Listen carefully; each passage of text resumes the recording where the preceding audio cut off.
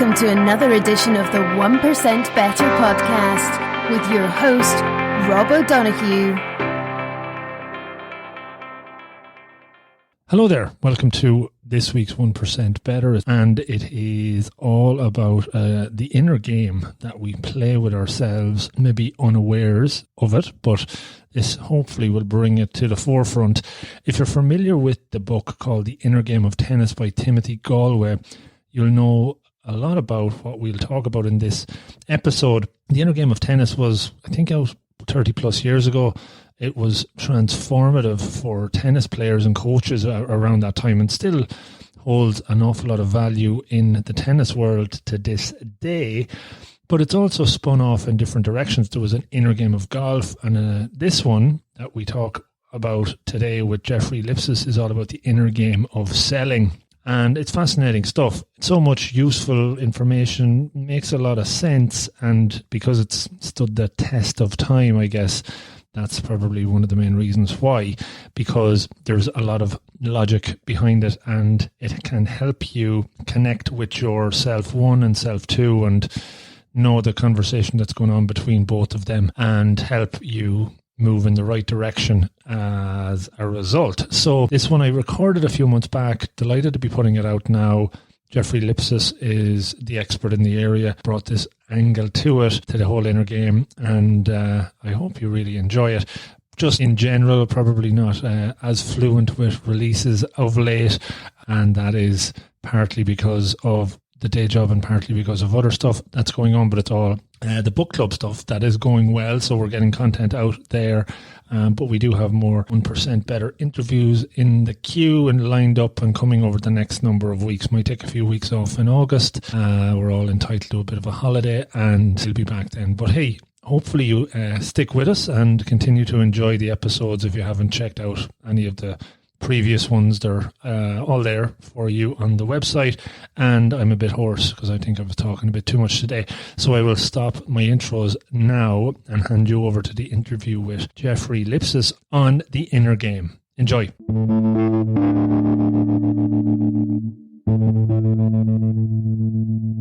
Hey folks, welcome to this week's 1% Better interview. I hope this one will leave everybody more than 1% better in a few different ways.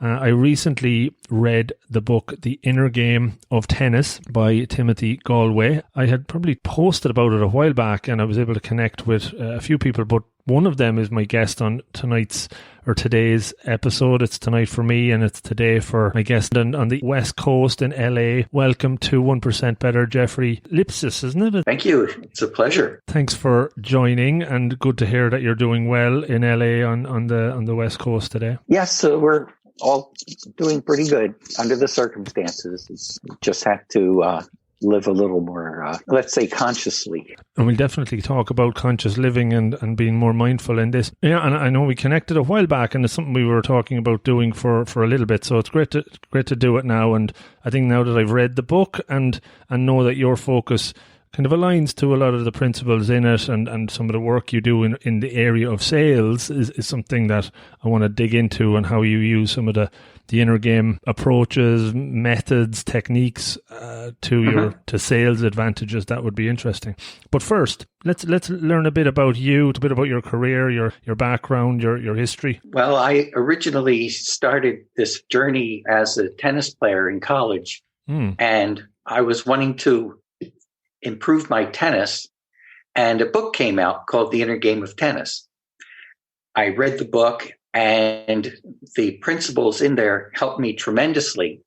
When I graduated, it wasn't good enough to go pro, so I got a real job, which was to be a salesperson. And I noticed a lot of the same principles in the Inner Game book that helped me as a tennis player also helped me as a salesperson. So over the years, about 30 years, I raised got more and more promotions in my company until I became the vice president of sales and marketing, and looked up Tim Gallwey to see if I could find a way to formally apply his inner game principles to sales performance. And we could use my sales force of over 100 people as a laboratory to be able to see how inner game principles that were being used in so many different companies and so many different sports by many athletes. Tim Gallwey is considered the father of modern coaching. He's never done anything with selling. And that's a performance activity. So let's see if inner game can help with that. So I looked him up and we began our journey together of meeting once a year, talking about how inner game would apply to my sales force and then trying it out in my company. Eventually, it took about a few years, sales increased 10 times in my company using these inner game sales principles. And I was just so excited with the results I was getting that I actually left and sold my shares and went out to work with Tim full time to bring the inner game of selling to the world at large. And so that's where we are now. Wow, very interesting. So maybe just even looking back to your early career, you were an aspiring tennis player. Was that a dream of yours that you wanted to become a pro? Was that something that you had from a young age? Yeah, I wanted to be the best that I could be. And I had high rankings. I was one of the best players in the Eastern United States in tennis, but it's not really enough to make a living as a pro. One thing I noticed is that the difference between me and a pro was that it wasn't the shots. It wasn't the individual shots. I could pretty much hit the shots that I would watch them hit on TV. I just couldn't do it 10 times in a row. They would hit the same shot, which I would consider to be a good shot. They would consider to be a mediocre shot. Just every day, like bread and butter, you execute the shot. And they would do it 10 out of 10 times. And if I hit that shot once, I consider that pretty good. And so there was a difference in my mindset where I was judging a shot as being good or better than I think I could do. Whereas the pro isn't really thinking about it at all because it's just a very natural shot for them. They count on hitting that 9 out of 10 times or 10 out of 10 times. And the point I'm making, Rob, is that there was something in my head that had an idea how many times I could execute that shot before I missed.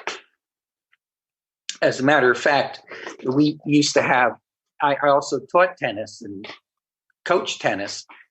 You have a strategy where sometimes you look at an opponent and you could just tell that if you get the fourth ball in, you're going to win the point because they run out of patience and try to hit a winner on the fourth point. And if you could just keep the ball in the court a few more times, they're going to miss the last shot and you're going to win the point. So there's a lot that has to do up here with tennis. And I said to myself, what if I try to practice my state of mind the way I practice a forehand or a backhand? Mm-hmm. So why don't I work on that? Maybe the problem with executing these shots isn't that it's a difficult shot, but more that I noticed that I hit a shot and was pleasantly surprised. So it's my own self-image of what I'm capable of doing was limiting me. And that's when the inner game of tennis came out and said exactly the same thing. Positive thinking is as detrimental as negative thinking because they both set up a judgment. When you judge something to be good, you're setting up the possibility of not doing that thing as being bad. And we'll go into some of the more details of the book and obviously the learnings from that. Just interested, when you were playing, at that level, you were playing some similarly or better players, but they were getting it 9 out of 10 times, and you were getting the shots 1 or 2. What do you think at that time, given that the book wasn't out yet and others probably weren't, or had they already realized that it was a mind game that they were overcoming, as opposed to, relentless practice that brings you so far? But I think that final, whatever, 5 or 10 or 1% maybe is the mind. How do you think they were already achieving that? What do you think might have been going on for them? You mean the pros that were hitting the shot 9 out of 10 times? Yeah. Before the formal inner game kind of concepts came out, what did they figure out their own inner game? It was, I believe, a matter of repetition, where they would just drill and drill and drill until they got up to a certain level where they could count on playing. One thing about competition is that you make each other stronger. Your opponent is making you stronger. Like if I took my 2 hands and pressed them together, it's like a competition. Both hands are getting stronger. If I take one hand is really strong and the other hand is like, oh, I'm just going to let it happen. Boom. The right hand wins, but neither hand is building any strength. So I believe this is what was happening in terms of the other higher level tennis players, as they were just competing with each other, making each other better and stronger over time. Good coaching. But it's inefficient. Yeah.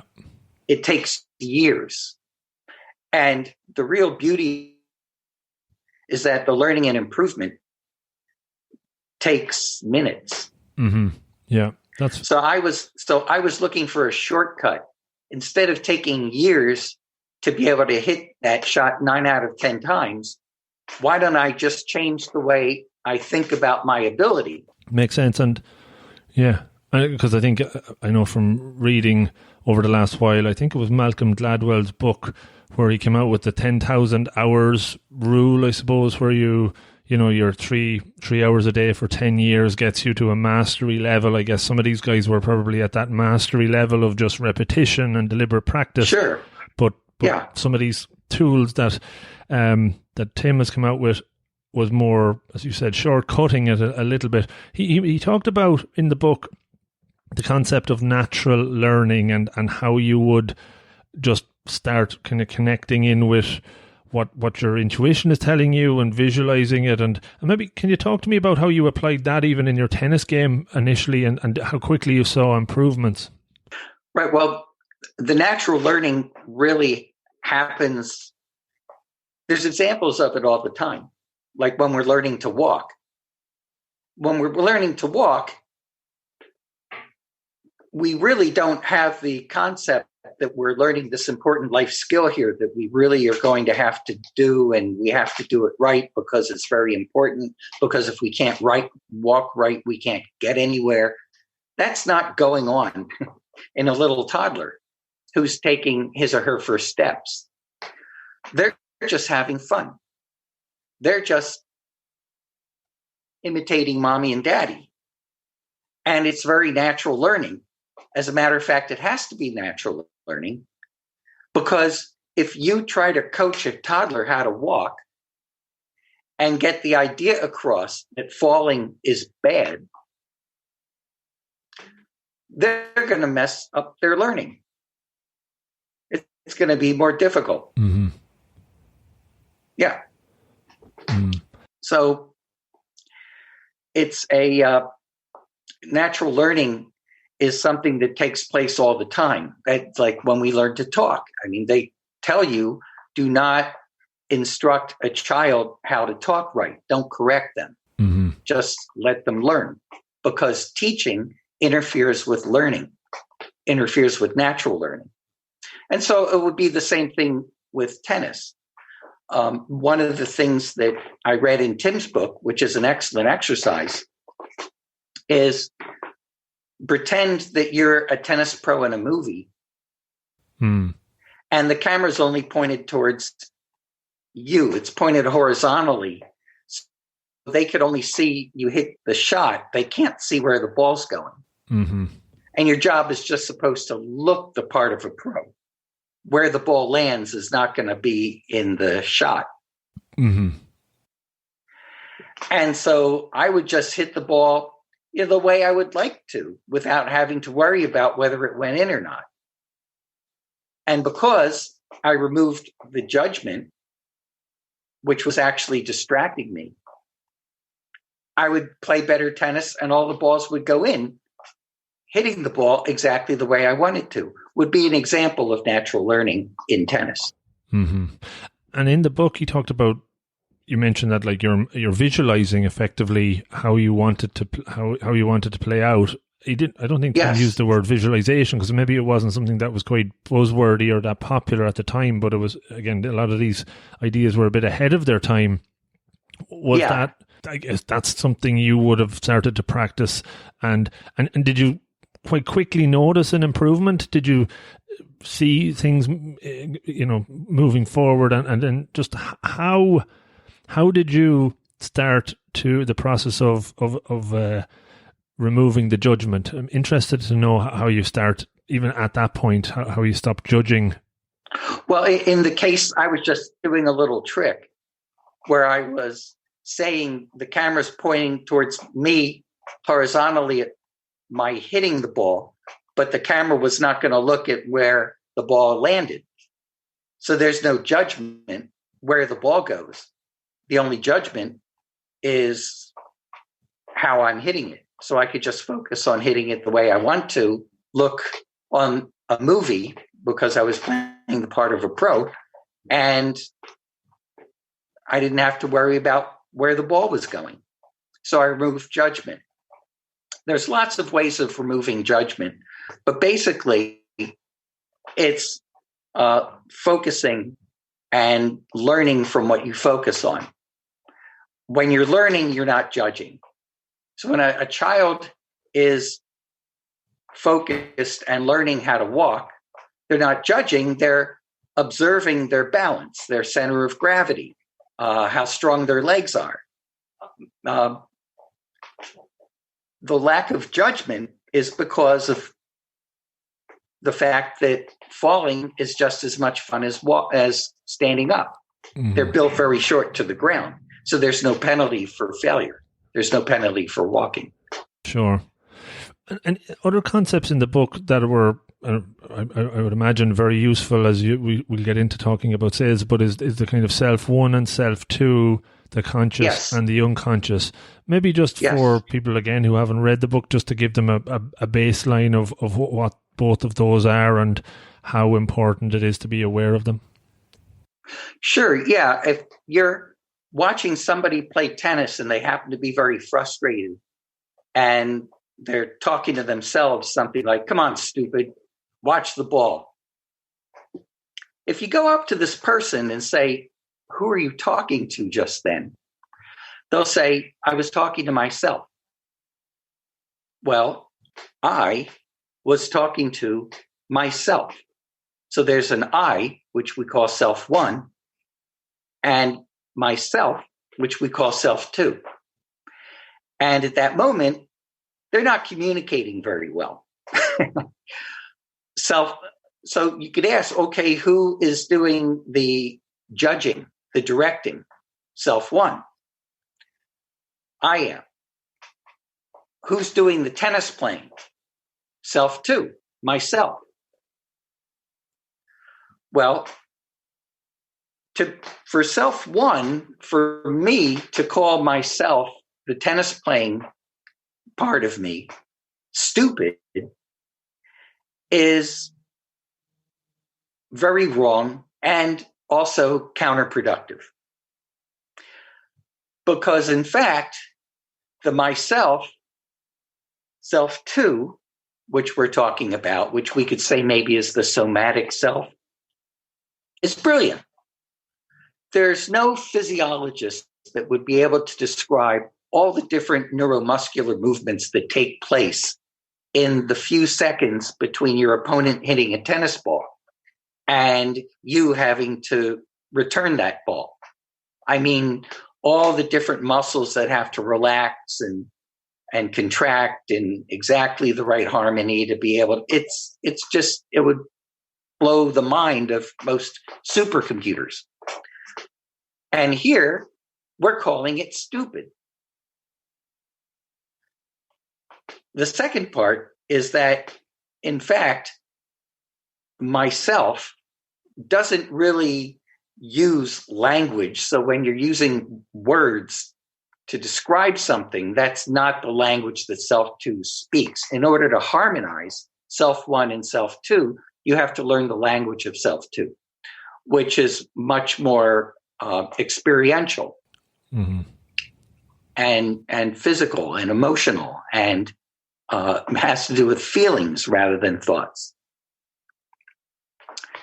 So that would be Self 1 and Self 2. So this takes place in everything we do. Any endeavor we're trying to improve our performance, we have Self 1 describing what we're trying to do, and then Self 2, which is actually performing the task. And this is true in selling as well. Mm-hmm. So then is it, taking maybe away from tennis, but is it more whatever Self 1 tells Self 2 becomes true? Is it as simple as that? So whether it's you're terrible at tennis, you're stupid, that was a terrible shot, I can't believe what does that, it starts to believe the narrative and internalize it? Yeah, it's more that Self 1 starts micromanaging.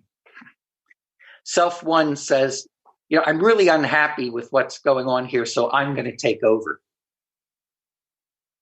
And Self 1 might only understand about 10 things in a forehand out of the 10,000 things that need to happen in order to execute it properly. So when Self 1 decides, okay, I'm going to watch the ball, well, there's going to be thousands of other things that are compromised because Self 2 is now distracted by Self 1 watching the ball. So it's Self 1 encroaches itself in an area that it really has no business or expertise in. And you get a self-fulfilling cycle of worse performance. So we have the Self 1 and Self 2, and we've kind of uncovered that Self 2 is where the magic happens. It's really about trusting Self 2, letting go, the lack of judgment, stopping Self 1's telling myself how rubbish at tennis I am, or whatever the focus is on. And just to try and get it clear for folks listening, in the book, and you can maybe talk through some of it, it's how to communicate with Self 2 then. And I think, Jeff, you can call out a couple of the key approaches, what you need to tell Self 2 or kind of give messages to Self 2 for the best outcomes. Maybe talk a bit about what they are, because they can be generally applied to anything, I guess. It can be generally applied to anything. The universal formula is that we perform by learning and we learn by observing. So an inner game coach is an observation coach.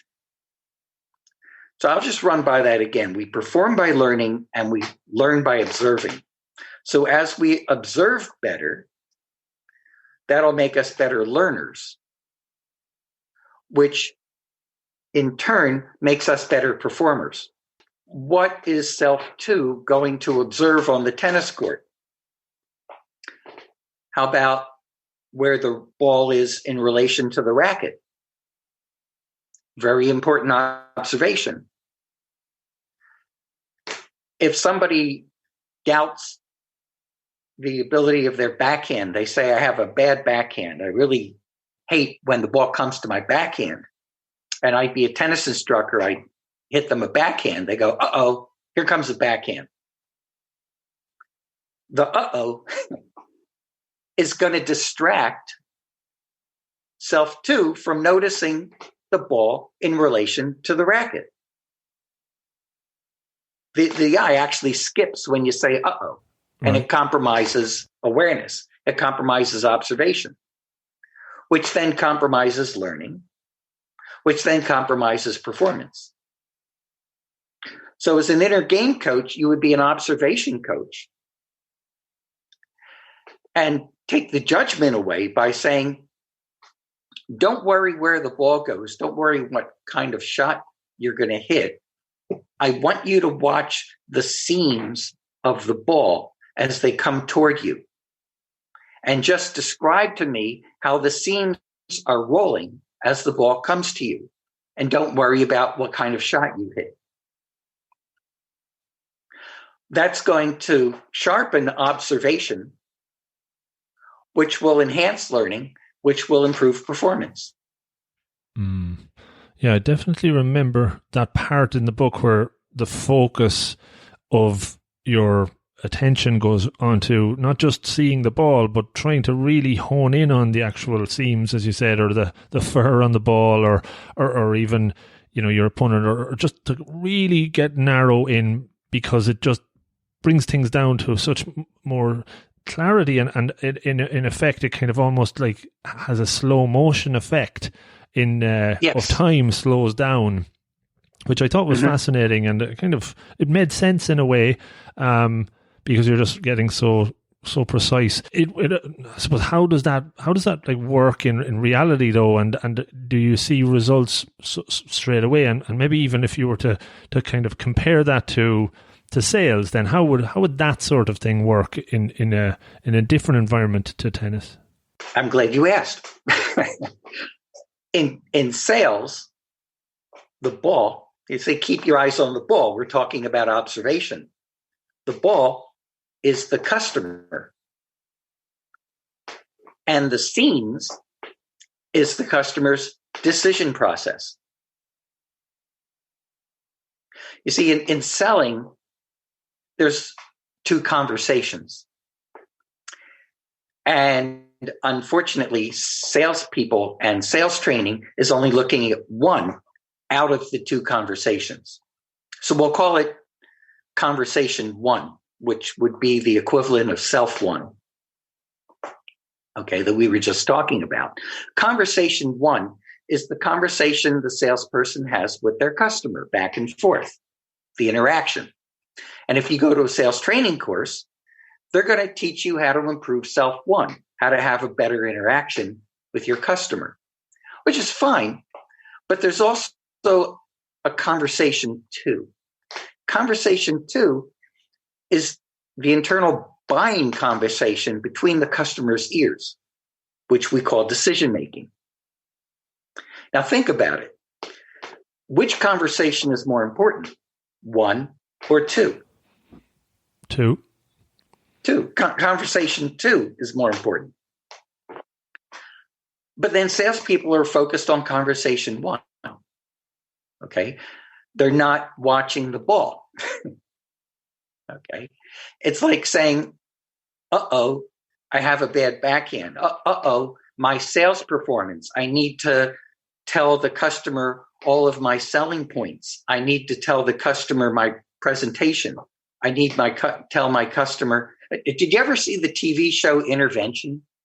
There's you know what an intervention is? When the family and friends gang up on somebody because they have an addiction, or most sales are conducted as if they're an intervention, where the salesperson is just telling the customer all the different things they think the customer needs to know. It's like self 1, the tennis player, telling themselves that they need to take the racket back sooner. Okay, but self 2 doesn't respond to language. Self 2 responds to the feeling of taking the racket back sooner. So they're not communicating. I could tell a customer anything I want to, but who knows what they're thinking? One of the biggest insights I had as a salesperson, and it was one of the biggest insights that led to my writing this book and talking to Tim Gallwey, came from a sale that I lost. Okay, because I told the customer, I have this really low price. And in my mind, that was a really good thing. Low price, good value. But this customer said, well, then you must be using cheap raw materials, and slammed the door in my face. In his language, in his conversation too, low price means bad product. Two different languages, just like on the tennis court, self one, self two. And that's when I realized I have to learn my customer's language. How do you learn your customer's language? Through observation and asking questions and learning. Mm-hmm. And I guess a couple of questions on that. That example where you lost the potential sale because you didn't understand his language. He had probably no issues paying a higher price because he probably equated high price equals, high quality. But another customer could have actually thought a cheap price was what he was looking for. So everyone's different, and I suppose you need to look at everybody on their own merits. Maybe talk to me about some of the tactics or approaches you use, or is it a body language thing? You mentioned asking important questions, observing how they present themselves. What are some of the things that a salesperson could use to kind of observe and kind of come to a conclusion of how they interact with that self too? Right. Well, the first thing is setting the right environment. So we say at Inner Game, a salesperson is their customer's decision coach. And what I want to establish is that my purpose is to help the customer make the best decision. Now, if the customer comes around to realizing that I am there to help them make the best decision about this product, whether it's appropriate or not, whether it's an appropriate product for them or not, then we're going to be working together as a team. And the customer won't be withholding information from me, which is important because the salesperson is the learner, not the teacher. See, if you're a salesperson and you're committed to learning, you can't lose.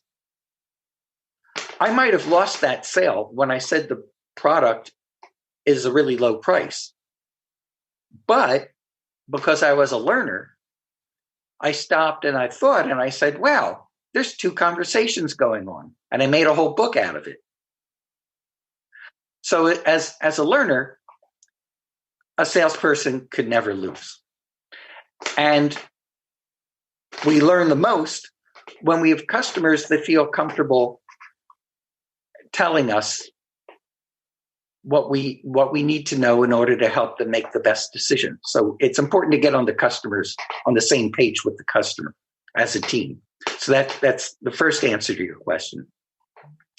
And then the second one, besides going on LinkedIn and seeing what they like or post, or looking on social media, seeing, what their priorities are and their objectives and their values, that's extremely important. Just asking them about their journey that they've taken to come to the point where we're having the conversation now. Because in tennis, if I'd say to somebody I'm teaching, I want you to pay attention to the trajectory of the ball. That would be a good thing for observation to help the person be a better observer, be a better tennis player. Well, customers have a trajectory too. They've made many decisions up to the point where now they're sitting in front of you. And as a salesperson, I like to learn that decision trajectory. It gives me insight into how they make decisions as well as how they came to the point to, where they are in the buying process. So I could learn what they need to know in order to feel best about their decision they're making. The goal of selling is buying.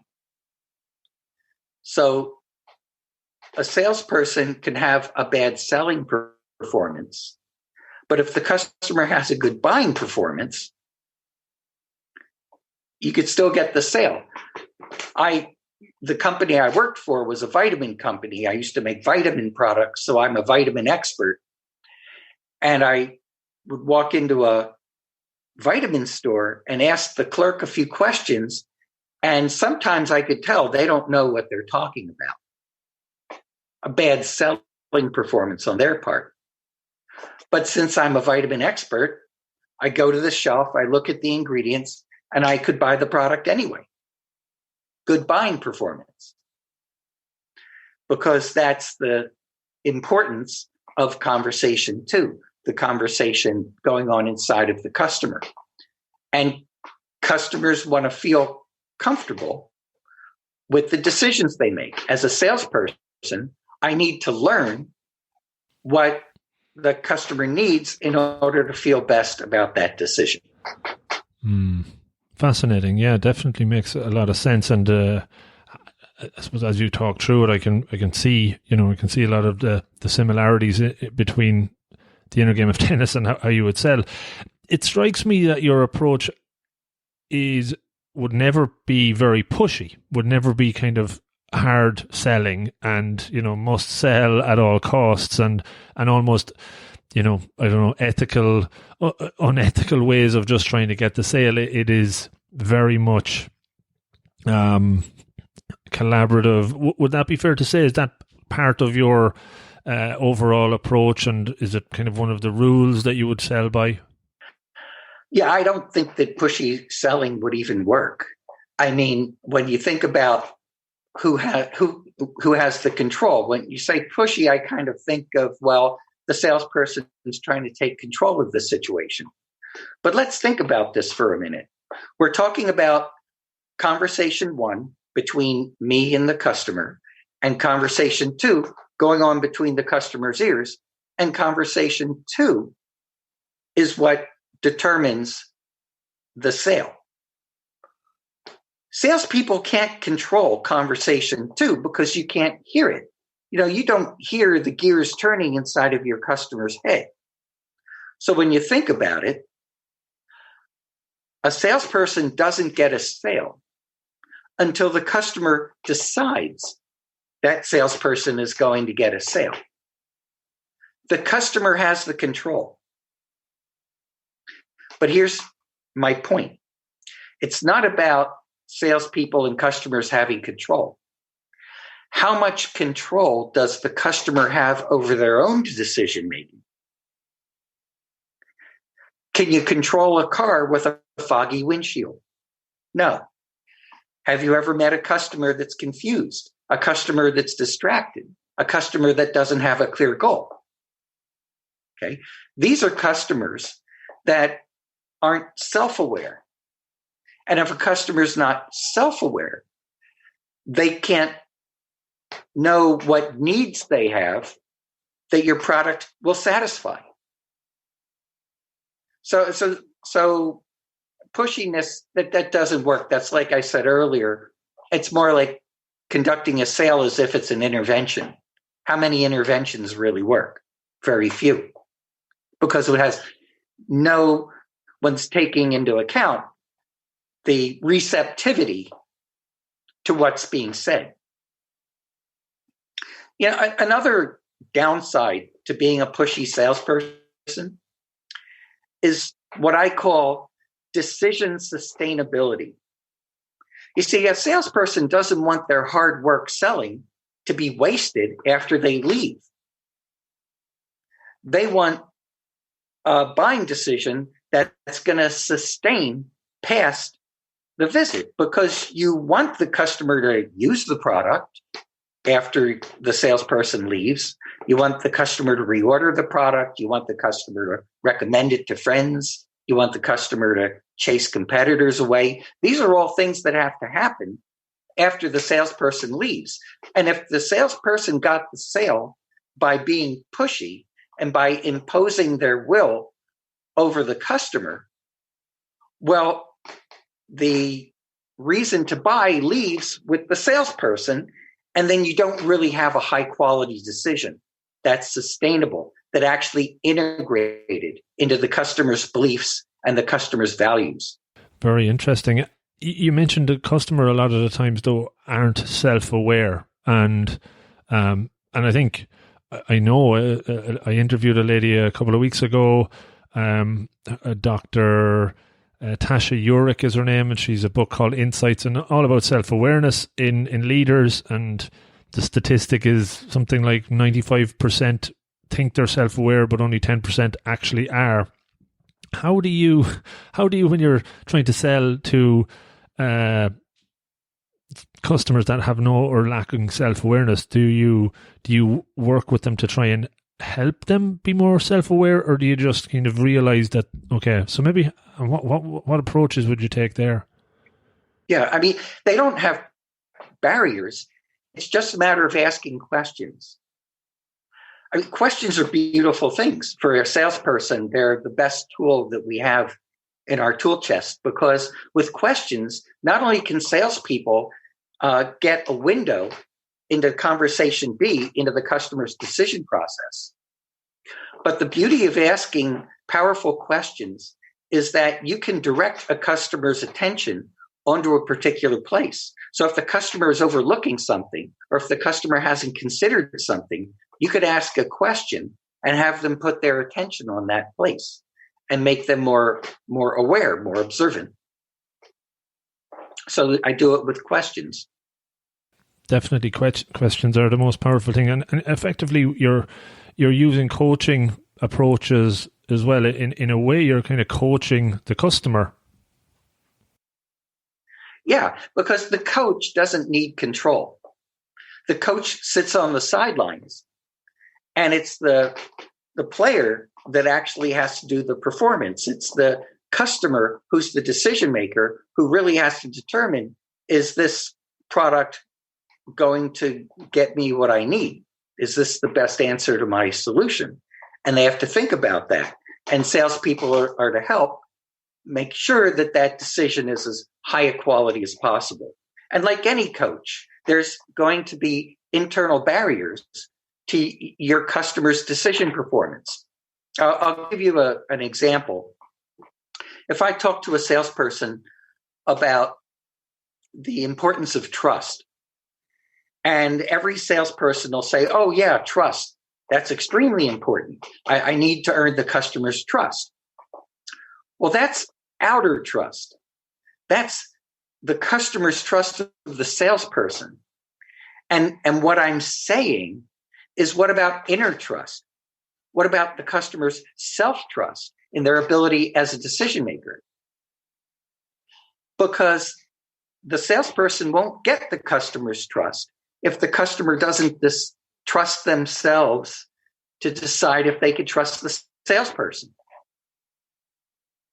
So inner trust comes first. And if you're a coach and you've got a player on the field who lacks self-trust, who lacks doubt, you're going to need to address that as a coach. Well, it's the same thing as a salesperson, as a decision coach.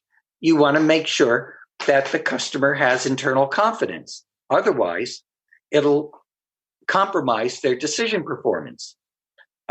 Most likely, you'll get an inappropriately conservative decision because the customer didn't trust themselves. I'm thinking, if I was a salesperson that have been selling in a different approach for years, or coming new into the sales game, and they come onto your coaching program to become, to learn the inner game of sales, what are the things you've noticed that are the hardest habits for them to change, or approaches for them to kind of drop the old way and adopt a new way? Any experiences on those? Yeah, well, there's a lot of people that talk about customer-centric selling, and they would mix up what I'm talking about with customer-centric selling. Because with customer-centric selling is kind of like saying, well, we've talked enough about me. What do you think about me? It's still the same subject. So for salespeople to really get out of the way and realize that you don't need to know exactly why the customer bought. You don't need to analyze it. The customer just needs to feel good about their decision, and it's a feeling regardless of what they're thinking. In sales courses, I don't know about in Ireland, but here in the United States now there's a new thing where you can get a Bachelor of Arts degree in sales leadership. And I read these textbooks, and conversation 2, that internal decision process, the technical term is the black box. That's what they call it. You give your presentation, it goes into the black box of the customer's decision process, and you get an answer. Right. Okay. And if I say to a salesperson, okay, that black box, they call it that because it's a mystery. You can't hear your customer's thinking. Who is that more of a problem for, the salesperson or the customer? They say the salesperson. But salespeople can get the sale without knowing what their customer's thinking. But what if the customer doesn't know they're thinking because they're distracted or confused or don't have clear goals, not in touch, they're not self-aware? That's a bigger problem. So really, to get salespeople truly focused on the customer's mindset rather than the salesperson's mindset, that's a big thing, a big leap. But, we do it through role playing and a lot of exercises. Very good. Because I guess, the stereotypical salesperson may be considered egocentric and, very driven by their numbers and what their targets they've hit and things. So like if you're adopting some of the inner game habits, you're letting go, you're not judging as much. It's trying to kind of step away from that. That must be difficult though if they're so ingrained in the hard driving numbers game that they've, historically had. Yeah, or just wanting approval. I mean, these are all side agendas, whether it's wanting approval, whether it's wanting the customer to think you're smart or getting the customer to trust you or getting the customer to like you. It's missing the point. The point isn't the customer's opinion of you or getting a pat on the back from your manager because you said all the right things. The point is going on inside the customer's head. Did they make the best decision? And that's something that takes continuous practice to focus on. Interesting. Yeah, no, definitely sounds like a totally different way of approaching the work. And but obviously, how long have you been delivering this program, and how long? Obviously, you've been the embodiment of it for a number of years. As you've started to work with Timothy Gallwey, how long have you been doing that? Have you seen a lot of success from it? Yeah, well, it took me a few years to write the book. So my book was published about 6 years ago. So ever since the book came out. There's one thing I want to tell you. If you get my book, I want to warn you. It's a fiction novel. It's a story with a plot. Very good. Now, the reason I did that was for exactly the principles that I was talking about today. Because I'm encouraging salespeople, you need to be an observer, and you learn by what you observe, and you observe from conversation. So instead of teaching the principles in the book, they emerge in the dialogue between the characters. And that way the salespeople reading the book can actually experience what it's like to learn from observation rather than being taught. I've read a couple of books in a similar vein over the last while. One from a long time ago, I think it was called The Goal or something. And then there was another one called Phoenix Project, I think, recently, where it's a narrative, it's a story, but the principles come out and the learnings are really powerful. So definitely, I'll include links to how folks can purchase that online. Oh, great. For sure. Thank you. Before we wrap up, at the start we talked a little bit about, you mentioned meditation and mindfulness and how important that is. As I said, it's something very important for me. I've talked to a lot of people on this show about it. How has that become very important for you? What your approaches are? Maybe talk a bit about your experience with that. Oh, very much so. Well, it has to do with what we've been talking about all day, which was awareness. Because one of the distractions to awareness is the superfluous thoughts that enter our mind. And if we have a way to quiet those thoughts, we become more aware, which makes us become better learners, which makes us better performers. And so far, you and I have been talking about that in terms of different tasks.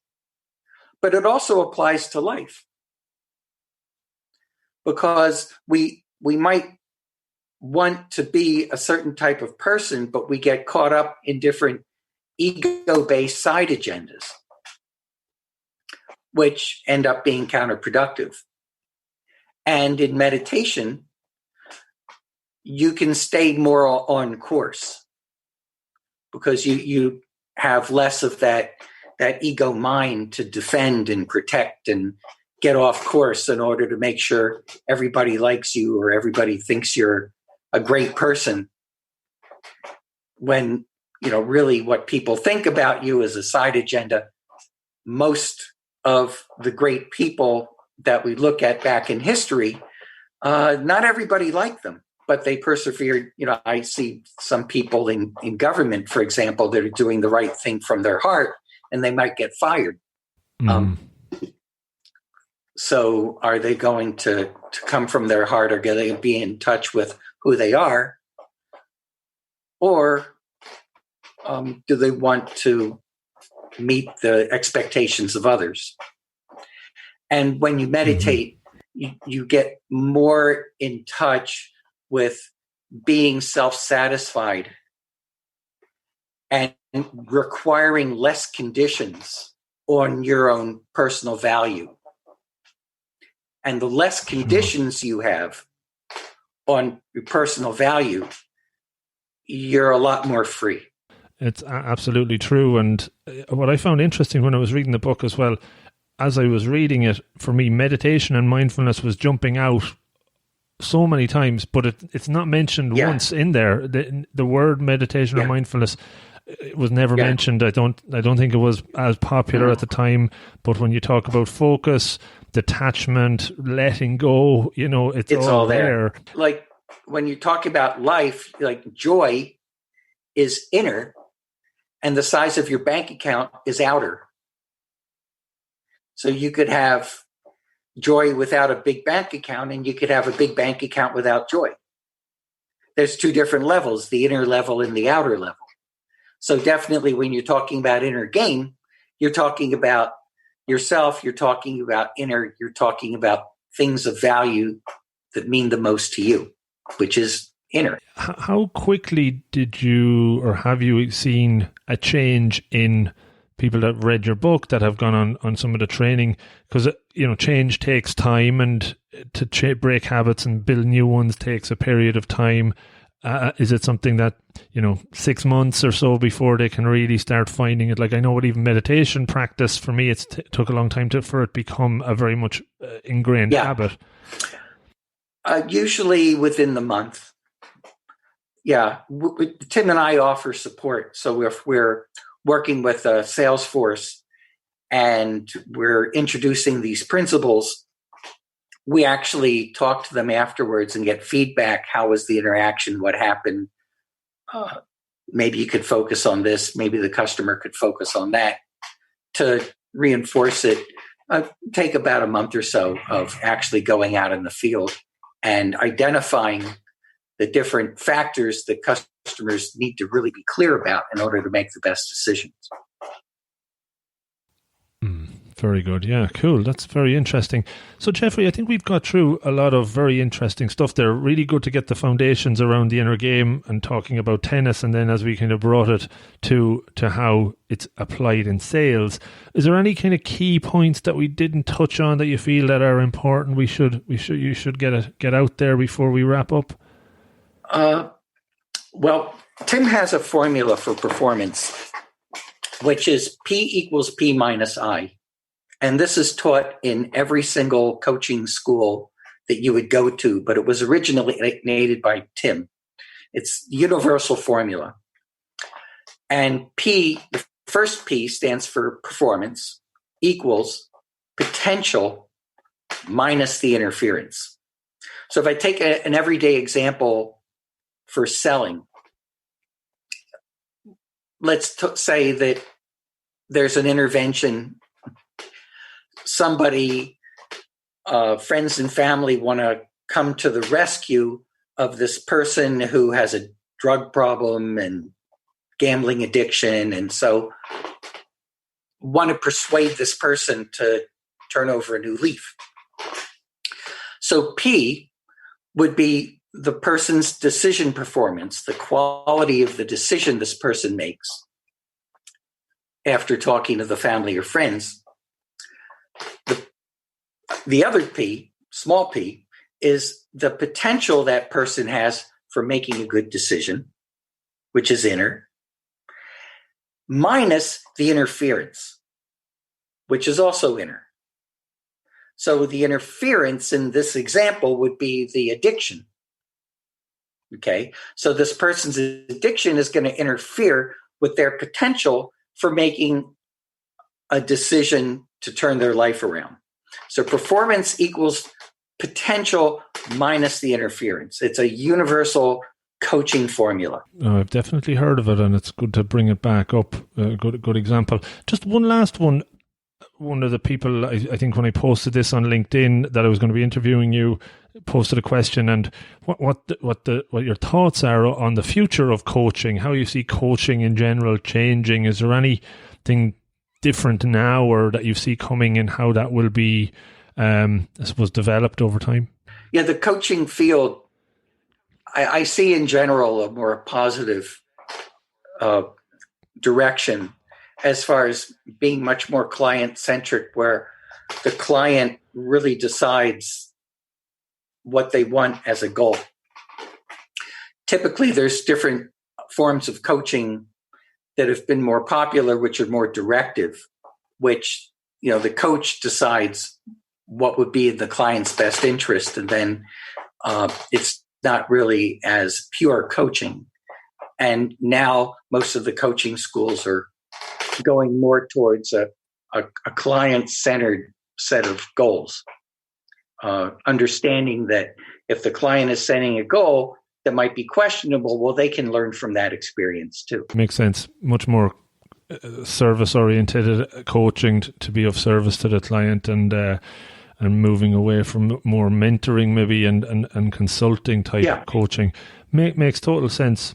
Jeffrey, look, before we wrap up, how folks can connect in with you, where they can go to online for some of your content, any call outs there? Well, you can go to the Inner Game website, which is www.innergame.com, and look up the Inner Game of Selling.